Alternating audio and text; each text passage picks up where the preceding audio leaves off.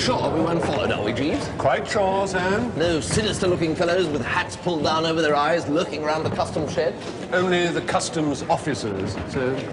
Good Lord, Jeeves. Look at the size of that boat. I think the crew will be grateful if you refer to it as a ship, sir. Really? Touchy about that, are they? The vessel has, after all, a gross displacement of 43,450 imperial tons, sir. And the turbines allow him 52,000 shaft horsepower at the touch of a lever, sir. Well, well, well. Added to which, sir, she draws 38 foot in the water and is capable of maintaining a service speed. I think that's enough about the technical side of things, Jeeves. Very good, sir. Your stateroom, sir? Ah. Thank you. I say, Jeeves, this is something like what? You approve, sir? I should jolly well think I do approve, yes. There's just one thing. Where do I sleep? In here, sir. Good Lord, Jeeves. And I thought it was going to be some sort of cupboard affair with you having to clamber up onto the top bunk. The poor people do travel in such a style, I believe, sir.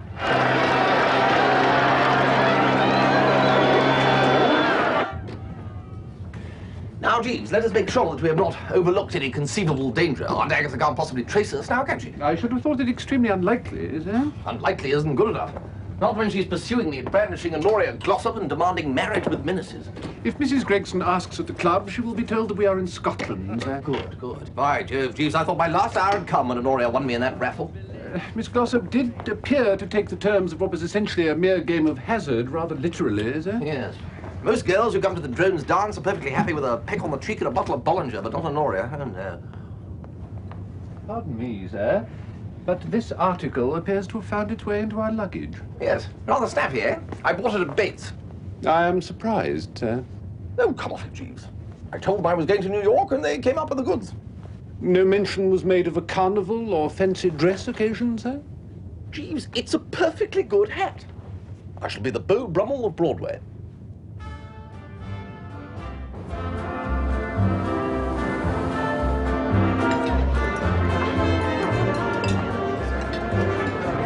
Of course, it is a great honor for me to command such a magnificent ship. Ah, oui. Oh, you speak French, Monsieur Wooster. Oh, c'est extraordinaire ces jours-ci de trouver un Anglais qui parle une autre langue. Ah, oui.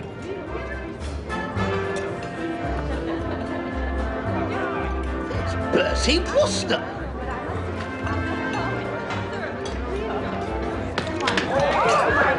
Mais qu'est-ce que c'est que ça? Bertie! Tuppy! This is not the sort of behavior we allow on this ship. Who's the chap in the fancy dress? Oh, he's the captain.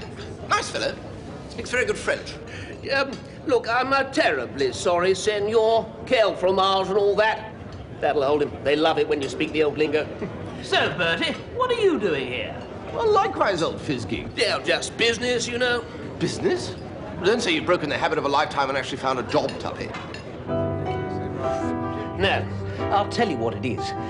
You know how your Aunt Dahlia is always on about me working and earning a living and being able to support Angela after we get married and all that sort of stuff. Yes, well, aunts are like that, of course. I was saying to Jeeves only the other day. Well, I met this fellow at the Bottled Oyster, and he was telling me about this wonderful American car of his. Well, of course, I know quite a bit about cars, so I went outside to take a look. And he was right. An absolute corker. Look. Very snazzy. It is, isn't it? It's called a Spritz polecat, apparently. Just look at those chromium-plated pipe things sticking out of the front end. Yes, well, as a matter of fact... Anyway, there were a couple of us there. Barmy, Oofy, Prosser, Bingo, Ronnie Fish, all the usual crowd. And they were climbing all over him, asking where they could get one from. Well, and of course the answer is they can't. And I thought to myself, hello. Anyway, to cut a long story short, I sent a cable to the man who makes them, and I'm going to meet him in New York and become the sole importer of these desirable motors. There's a fortune in it, Bertie. Don't you have to buy these cars before you can sell them? Oh, that's the clever bit, you see. Barmy's given me the money to get him one, and he's agreed, well, sort of, that I can use it to show prospective customers for a week or two and get some more orders. So, you're just going to buy the one car?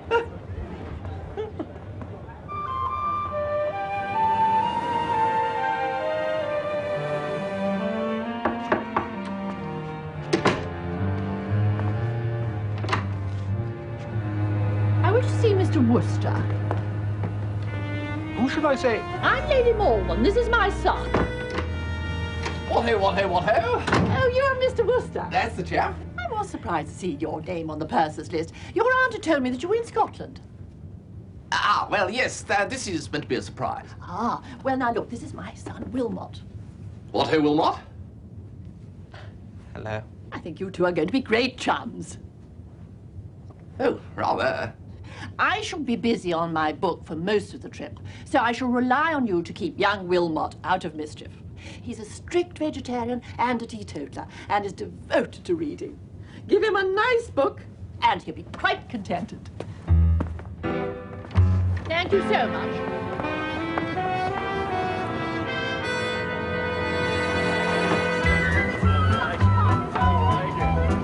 Yes, dear. Do you mind if I... Because there's a bit of a trick to this. That's it. It's one of the hips, you see. Just sort of get this way. Now this time.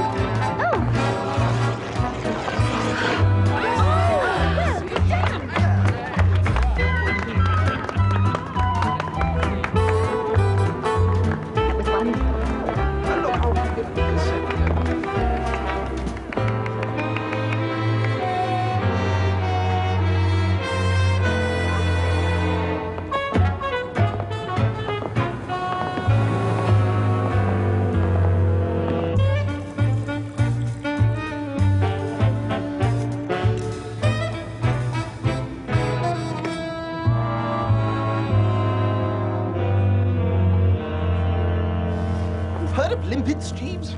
The gastropod mollusk of the genus Patella, noted for adhering tightly to rocks, sir. Exactly, Jeeves. Well, this blasted Pershaw seems to be noted for adhering tightly to Woosters. Can't get rid of the blighter just as I'm about to click with some toothsome filly. Up pops Motty Pershaw to enliven proceedings by standing at my elbow like a wet weekend in Chalfont St. Giles. Perhaps it is for the best, sir. Shipboard romances are notoriously transient. I don't need Motty to protect me from heartbreak, Jeeves. Let me learn from my own mistakes, say I. I am willing to sacrifice myself. A most commendable attitude, sir.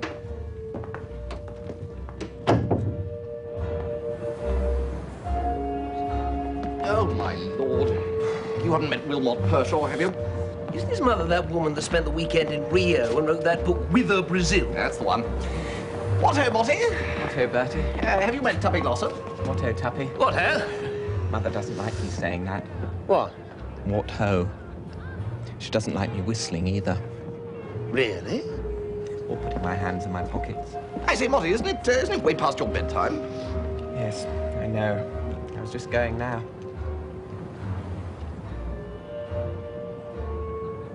Pip, pip.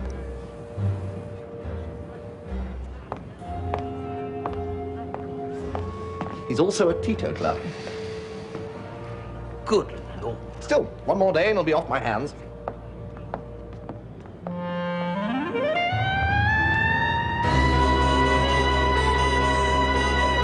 Well, there you are, Jeeves.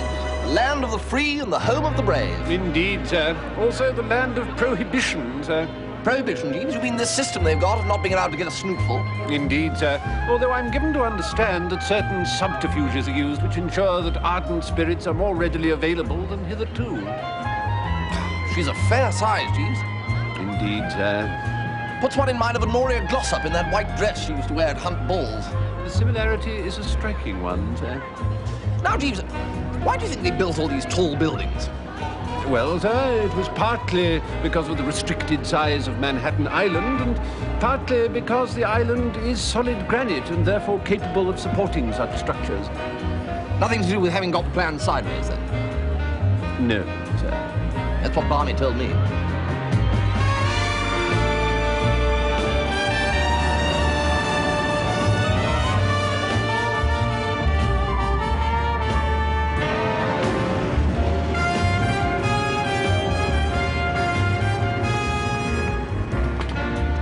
Pardon me for saying so, sir. Mr. Fungi Phipps is not noted for his architectural expertise. True, Jeeves, true. Apartment 51, please. Mr. Wooster is the new tenant there, and I'm his manservant, Jeeves. Apartment 51 it is. You gentlemen got some visitors. There you are, you see, Jeeves. The natives are friendly, a welcoming party already. You his what? His manservant, his gentleman's personal gentleman, his valet. What kind of dough you get for a job like that? I'm not at liberty to divulge that information. I can only say that the remuneration is ample. Thank you. Remuneration? Divulge? Where on earth have you been, Mr. Wooster? We disembarked an hour and a half ago. Ah, yes, well, we had to fetch the key from the agents. Well, it really is most inconvenient. I've got a train to catch in less than an hour. Train? Now, where will Wilmot sleep? Sleep? Ah. Oh, no. South facing. No, Wilmot can't have too much sun. What do you mean exactly, sleep? Ah, too... I'm staying here. No, you're not. Why can't you go with your mother? Ah. Oh, this one. I get fearfully sick on trains. Or a hotel? Oh, no, no. Wilmot is essentially a home bird, aren't you, my darling? Yes, Mother. Well, yes, but not my home. Your Aunt Agatha was most anxious to get in touch with you, Mr. Wooster. No. There was talk of a young girl dreadfully wronged. Wronged? No. All that happened was... Hitherto, dear Wilmot has been sheltered from the temptations of a great city. It's such a relief to know that he'd be safe with you, Mr. Wooster. I shall rely on you. Now, I simply must go. It's essential that I catch the 11 o'clock train. I have to visit Sing Sing, and I'm terribly interested in prison conditions. Well, yes, but... And then I'm going to work my way across to the West Coast, visiting points of interest on my journey. No more than 2 weeks. 2 weeks? 2 weeks will be ample. America from within. Isn't that a grand title, Mr. Wooster? Well, yes, it's... Now you're going to be a good boy, aren't you, Wilmot? Yes, Mother. And remember, I shall have to rely on you for most of my information about New York, so don't forget to take notes of your impressions. It's such a help. Goodbye, my darling. Bye, Mr. Wooster.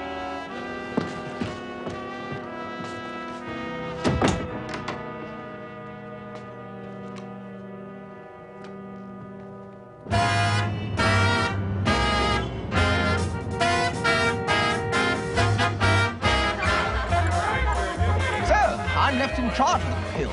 Pill? Partial. The excrescence Wilmot. Gin and tonic or Scotch and soda? Scotch, I think. You know, this prohibition's not at all a bad thing, you know. I've never really liked afternoon tea before. Oh, do buck up, Tuppy. Well, I'm nervous. You'll be nervous if you have to meet a total stranger tomorrow. You have to try and persuade him you were an expert on cards. Well, you were an expert on cards. Yes, well, I know a fair bit. Look, ask me another question. You're not going to learn anything from the boy's book of the automobile. It's the only thing I could find. Go on, Bertie. All right.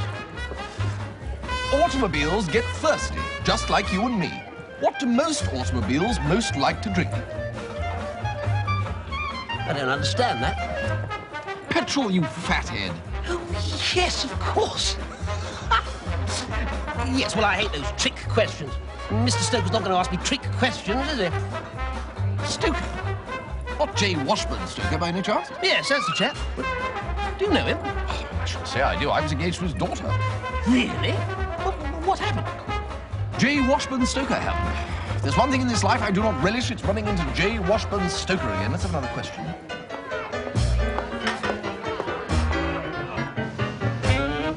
Roar, old Lion City, roar!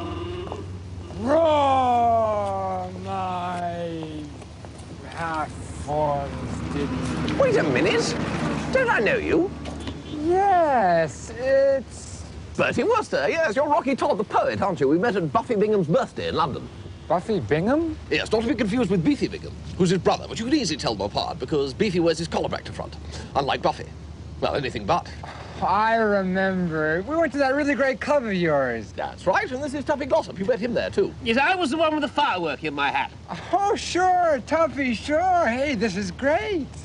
I thought you never came to New York. Oh, this is the first time in 6 months. I just came to visit my publisher. Well, why don't we all go and get some dinner? Brother? Great idea. Hey, wait a minute. Din of the city. City without pity. This is good.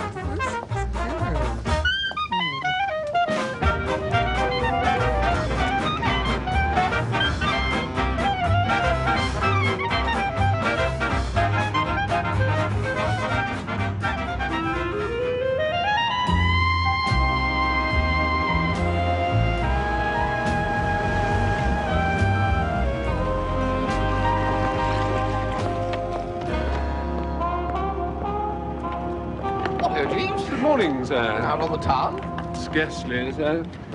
Lord Pershaw ran out of money, sir, and the establishment responsible was holding him hostage for the bill. Good Lord, Jeeves, what on earth's the matter with him? Has he had some sort of dashed fit or something?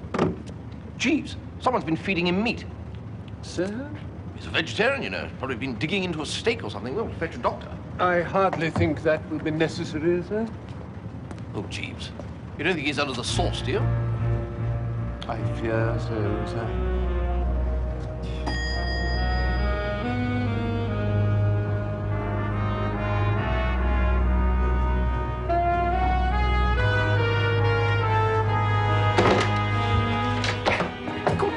Jeeves, what would his mother say? One does not like to contemplate it, sir.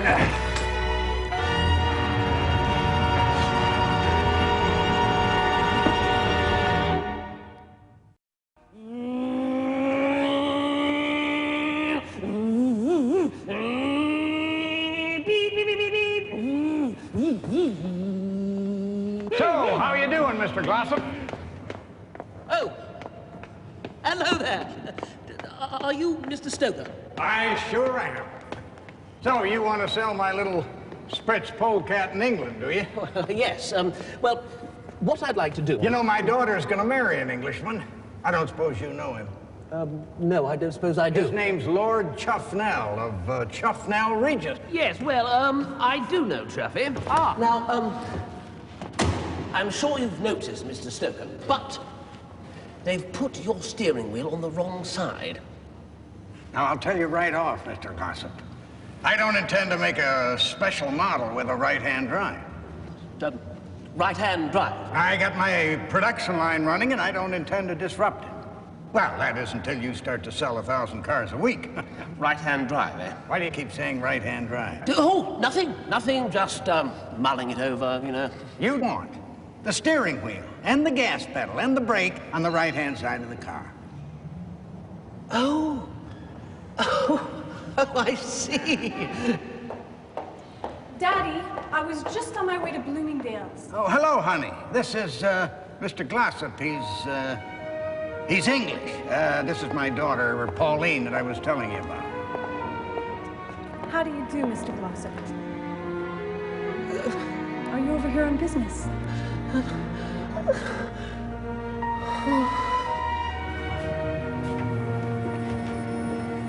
Ah! What-o, Bertie? Tuppy, old fruit. How did it go with old man Stoker? Pretty well, I think. I was fairly impressive, though I do say so myself. I say, Bertie, what a wonderful girl she is. Who is? Pauline Stoker, of course. She's just the sort of girl I ought to marry, you know. Tuppy, she's engaged to Chuffy Chuffnell. Yes, she mentioned something about that. I don't think it's, no, I don't think it's serious. My dear old Tuppy, one cannot just ignore the fact that a girl is engaged to be married to a chum, and what's more, a fellow drone. Can't one just? And while we're at it, you're engaged to my cousin Angela. I'm disappointed in you, Wooster. A gentleman would not have mentioned that. Ah, Jeeves. Any sign of young Motty yet? Lord Pershaw is awake, sir, and in good spirits. Is he, by Jove? I'm preparing a luncheon, sir. Lord Pershaw expressed a desire for sustenance not entirely satisfied by porridge, scrambled eggs, 5 rashers of bacon, mushrooms, toast, and marmalade. Good Lord, Jeeves. Man must have the constitution of a yak. Precisely the ruminant I had in mind, sir. Come in. Ah, what-o, Motty? What-o, Bertie? You, ate something last night that disagreed with you, did you? No, nothing of the kind. I drank too much. Much too much. Lots and lots too much. And once more, I'm going to do it again. I'm going to do it every night. Yes, yes, right. You see, the thing is, Motty, I'm sort of responsible for you, so to speak, and if you carry on like this, I'm liable to end up neck deep in the soup with your mother. Oh, I can't help your troubles, old thing. This is the first time in my life I've had the chance to yield to the temptations of a great city. Well, yes, but Motty...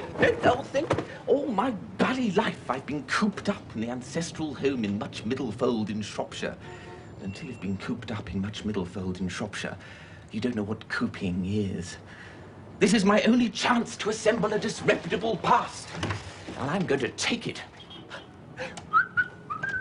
He seems to have chucked every principle of a well-spent boyhood and got it right up his nose.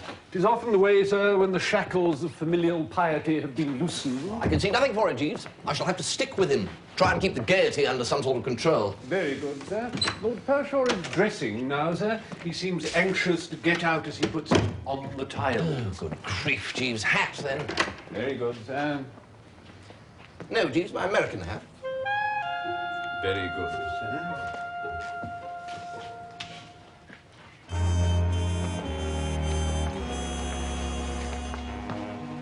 Yeah, doesn't look at all bad, does it? A violin case would complete the effect very creditably, sir. All right, Jeeves, we shall say no more about it. I think the hat looks fairly doggy. You are not convinced of its dogginess. We'll agree to differ. Now, what has Lord Pershaw got planned for today, do you know? What do you want? I saw her in Paris.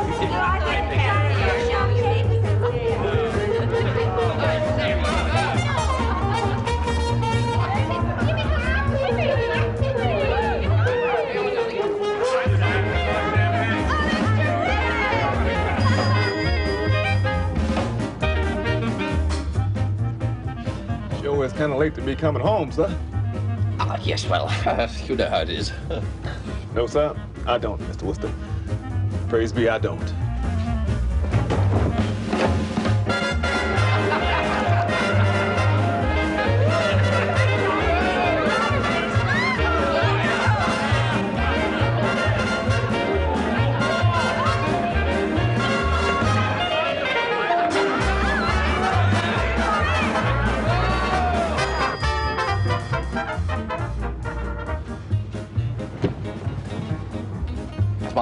My friend is suffering from an unfortunate attack of food poisoning. Did I say anything, sir?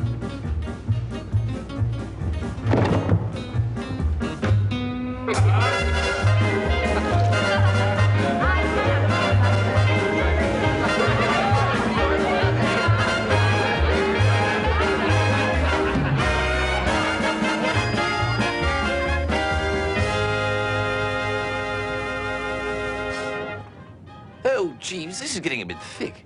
Indeed, sir. I can't take much more of this, Jeeves. It is hard, sir. I can hear music, Jeeves. Of a kind, sir. Lord Pershaw informed me that he brought home a few friends last night.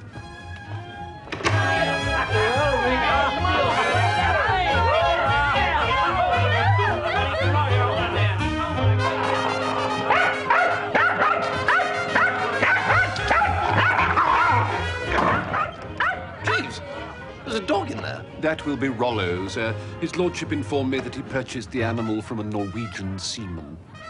He tried to bite me. No doubt in time the creature will learn to distinguish your peculiar scent, sir. What do you mean, my peculiar scent? Jeeves, I do not intend to hang about in my bedroom while life slips by, in the hope that one of these days some dreaded animal decides that I smell all right. Very good, sir. Yeah. Jeeves, I've decided. I'm going away this afternoon by the next train. You remember Mr. Todd, Jeeves? No, sir. Yes, you do, Jeeves. Very good, sir. He's a poet. Anyway, I met him again the other night with Tuppy, and he invited me to go and stay with him at Long Island, so that's what I'm going to do. I'm going to get some peace and quiet if it's the last thing I do. So you better get along to Western Union, send him a telegram warning him to put the fatted calf on gas mark 6. Very good, sir. Do you wish me to accompany you, sir? I think not, Jeeves. You'd better stay behind to ensure that Motti doesn't burn down the old homestead. As you wish, sir.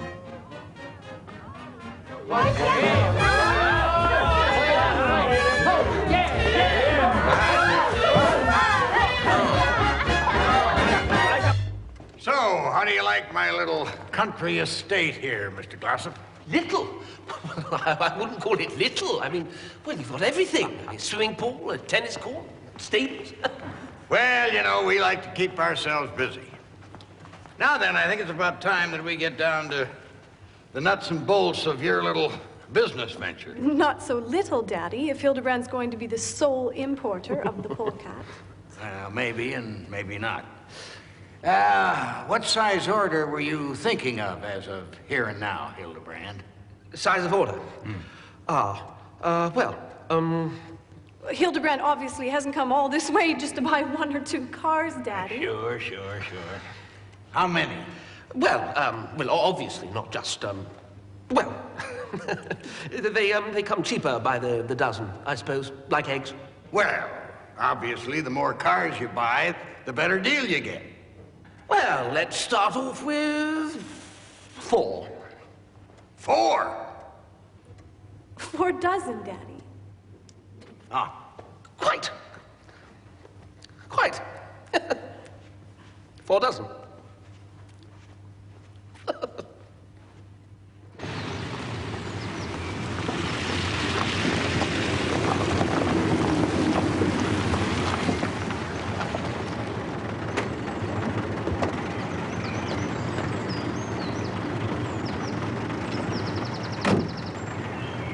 Where's the house? I haven't seen a light for 20 minutes. Up the track there.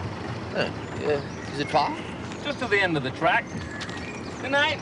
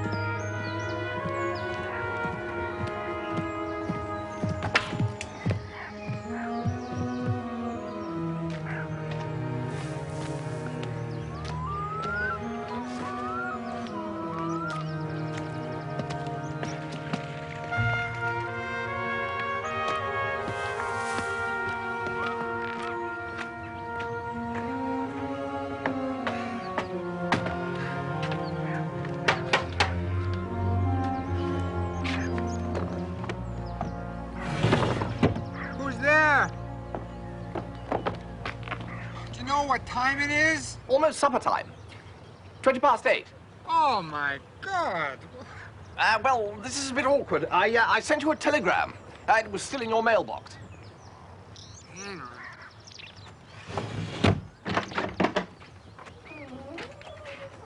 Who is that? Bertie Wooster. Bertie! Oh, hey, how you doing? Stay a week? Stay a month? Have a drink? No, I'll have the drink, but I can only stay a week if that's all right. Peace and quiet, Rocky, that's what I crave. Fine, fine, that's great. Come on in. Oh, nice to see you. Everybody loves my baby, but my baby loves nobody but me. Nobody but me. Everybody wants my baby, but my baby don't want nobody but me. That's all they to see. Jeeves, we're just going out for a while. Okay. Very good, my lord.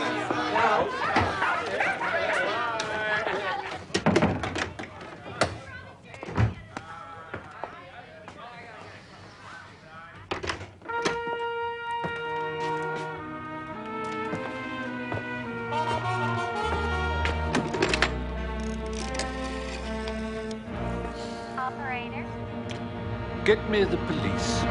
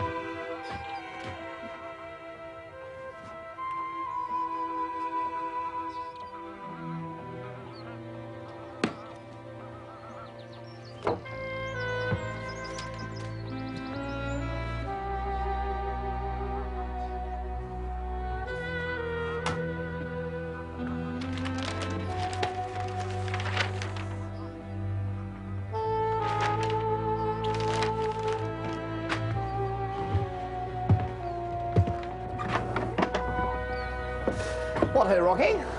Oh, hi, Bertie. Enjoying yourself? Oh, fantastic, yes. Sure. Nice and quiet around here. Wonderful. Wonderful. So, Rocky, what else does one do for excitement around here? Excitement? Oh, you ought to be here in the winter. We get pretty high winds around here in the winter. Blowing the snow off the trees, blowing the... Oh, I don't know what all. Good Lord. Bertie! Toppy! What on earth are you doing here? Well, I rang your flat. Jeeves told me you were here. I'm staying at the Stoker's place up the road. Bertie, I need your help. 4 dozen? Or 48? Oh, what else could I do? Pauline was watching. Her eyes shining. What have her eyes got to do with it? But I couldn't just order 1 car. I'd look such a fool. Well, look an even bigger fool when you have to tell old man Stoker that, come to think of it, you don't want 47 of them after all, thank you very much. But I can't, Bertie. It's too late. Too late? Why? I'll tell you later. Yes. This'll do, driver. Thank you. The problem is, Bertie, I gave Stoker a cheque.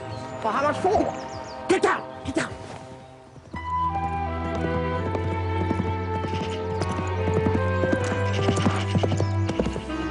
Oh, Pauline! Isn't she wonderful, Bertie? How much was the cheque for, Tubby? $57,000. $57,000? That's about £10,000. I know that. £10,203, 14 shillings and 4 pence.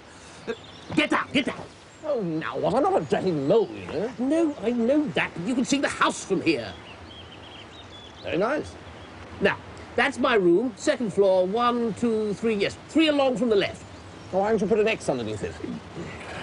Now, we're all going to be out at dinner this evening, so the house will be empty. So, if you think I'm going to risk my neck breaking into J. Washburn Stoker's house to steal back your dratty cheque, then you are suffering from one of the more dramatic forms of brain fever. The last time I had any social contact with Stoker, he was going to kick my trousers up through my hat. And then I hadn't even thought of burgling his house. I was only engaged to his daughter. Bertie, it couldn't be simpler. Now, I'll keep my window open. I know how to turn off the burglar alarm, and it's the servants' night off. Couldn't be simpler.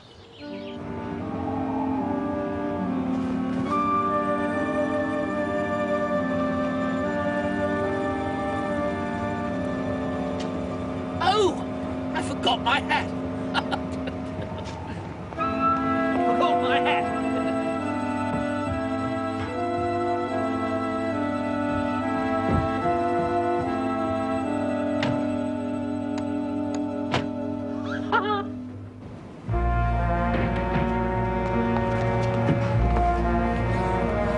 Hat. Got the hat.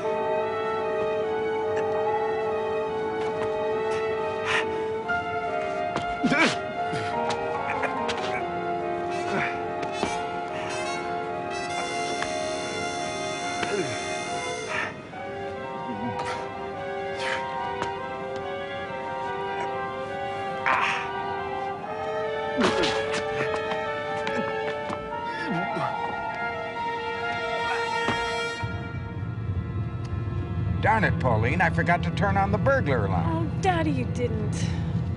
We'd better go back. We can't. We're late already. There aren't any burglars in West Neck anyway. Keep going. Yes, ma'am.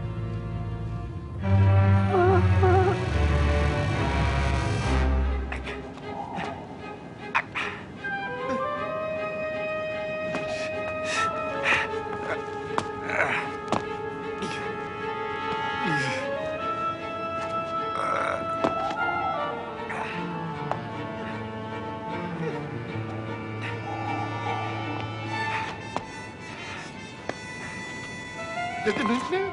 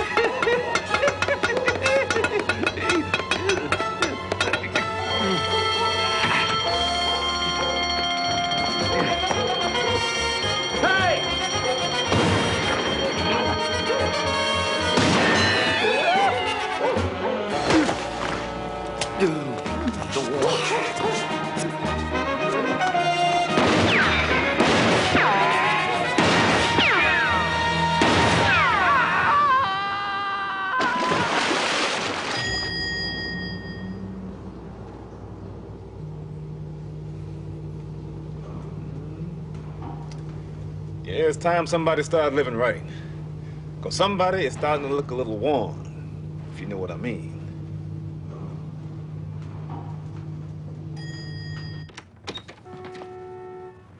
Jeeves? Good morning, sir. Where's that blasting dog, Jeeves? You got him tied up? The animal is no longer here, sir. Lord Pershaw gave him to the porter, sir, who sold him. His lordship took a prejudice against the beast on account of having been bitten in the calf of the leg, sir. Yeah. Excellent. Excellent, Jeeves. Well, perhaps I misjudged the little fellow. Is Lord Pershaw in? No, sir. Yeah. You expecting him back for lunch? No, sir. Where is he, do you know? In prison, sir. Prison? He assaulted a constable who was attempting to arrest him for disorderly behaviour, sir. But, Jeeves, this is frightful. How could you let him do it? What on earth is Lady Malden going to say? I rather fancy his bit of time will have run out by then, sir. Well, yes, but supposing it hasn't. In that event, sir, it may be judicious to prevaricate a little. If I might make the suggestion, sir, I should inform her ladyship that his lordship has left for a short visit to Boston. Boston is a very respectable centre, sir. Jeeves, I think you may have hit it. Thank you, sir. With respect, sir, this is perhaps the best thing that could have happened. Oh, I didn't see that. Had this temporary immuration not intervened, sir, it is highly likely that his lordship would have ended up in a sanatorium by the time Lady Morven returned. You're probably right, Jeeves. The last time I saw him, he only looked a couple of steps away from the Happy Tablet Academy. Now, Jeeves, I must tell you what happened last night. Mr. Glossop has got himself into a spot of bother with the Stokers. In love with the daughter, in debt to the dad. Yes, sir. Mr. Glossop was kind enough to put me in the picture when he telephoned earlier. Did he ask for your advice, Jeeves? Not precisely, sir. He expressed an eager desire to lay hands upon you, sir. Did he, by George? That was the way he expressed himself, sir. Well, I wouldn't mind laying hands on him, as a matter of fact. He was the one who didn't turn the blasted alarm off. He did mention that he would be lunching at Oscar's Delmonico at 1 o'clock this afternoon, sir. Perhaps you might find him there.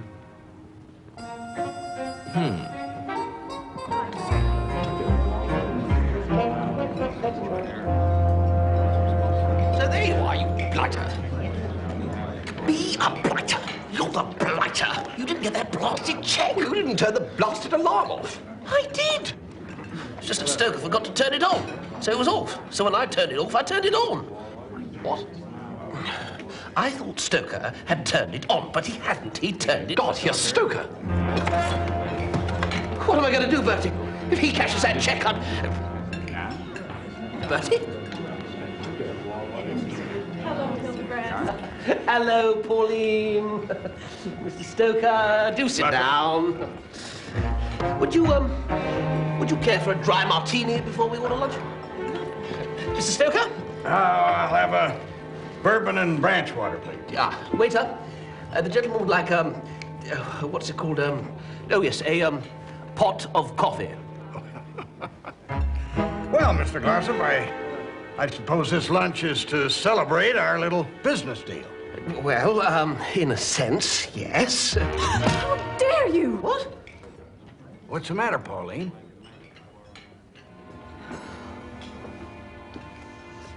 It's all right, Daddy. Ah.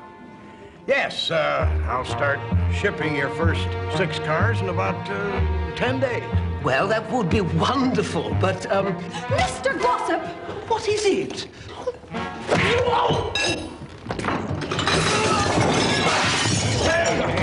Waiter! What the hell is going on here? And who the blazes is that? You! Can't you keep your table in order? Push off! Waiter, why do you let these poor folks in here? Poor? It's Bertie Wooster. Well, well, well. Well, yourself, old fruit.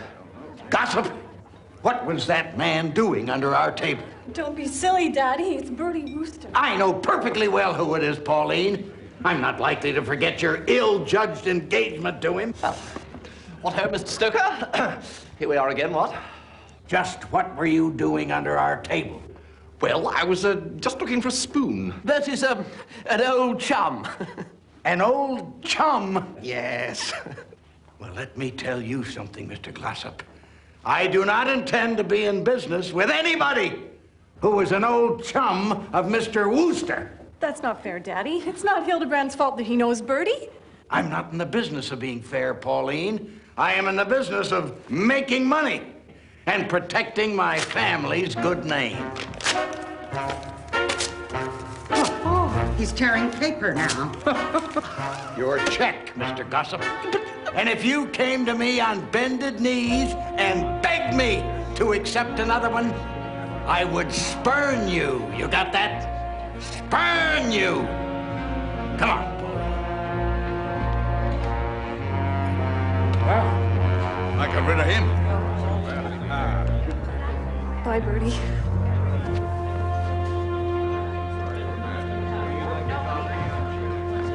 Well, there you are, old Fizzgig. As I've just saved you £10,200, 14 shillings and 4pence, I think you can treat me to a bit of lunch. She's gone, Bertie. The only woman I've loved. Yes, got a useful right hook. I'll never see her again. The bouillabaisse is rather good here, I've heard.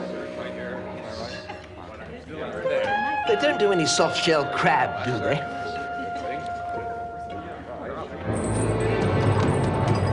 All right, keep it moving.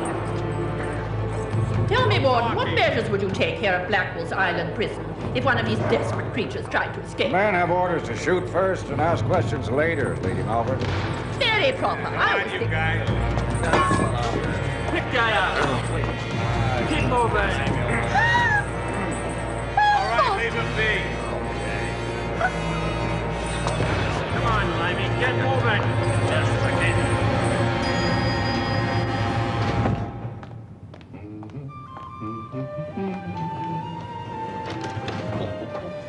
Jeeves!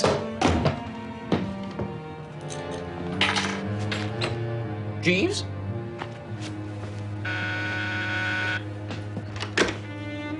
Ah, Lady Malvern. Well. So, you're back. Yes, I'm back. Had a pleasant trip? Oh, extremely, thank you. I do hope that Wilmot wasn't in your way, Mr. Wooster. Oh, rather not. No, great pals. No, we hit it off splendidly.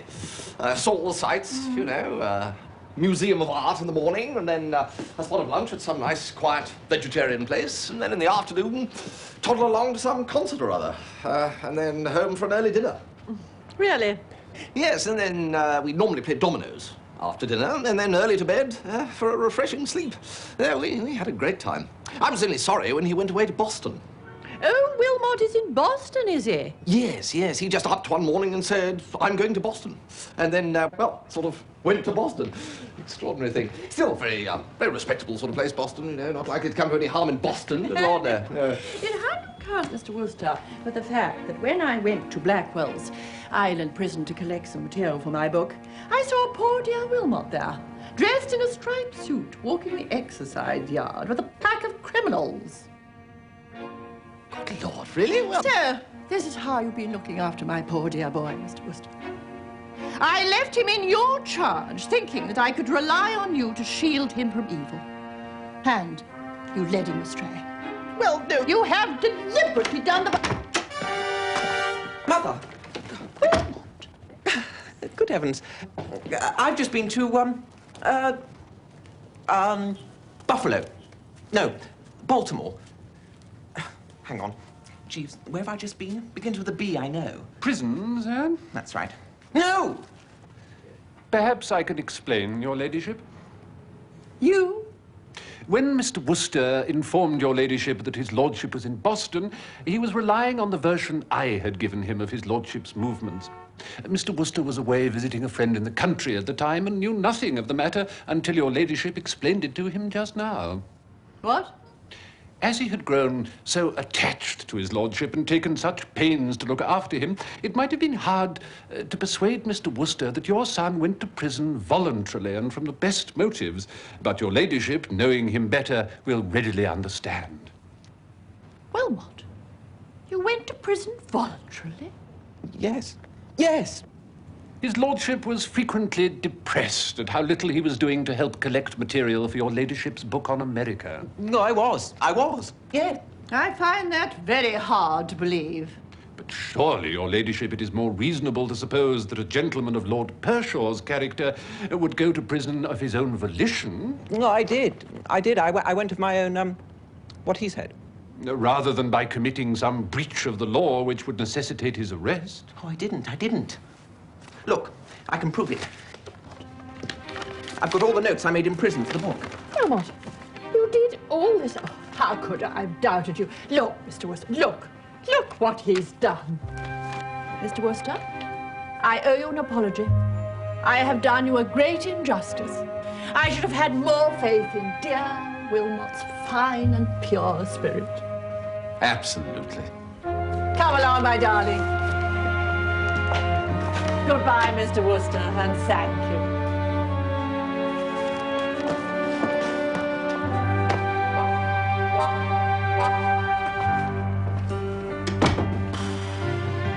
Jeeves, you are a lifesaver. Thank you, sir. You made sure that the Stokers met me with company too, didn't you, Jeeves? It did seem the surest way of securing the return of Mr. Glossop's cheque, sir, yes. Now, Jeeves, that Al Capone hat of mine. Yes, sir? Get rid of it, would you? Burn it or something? I've already taken the liberty of disposing of it, sir. Going down.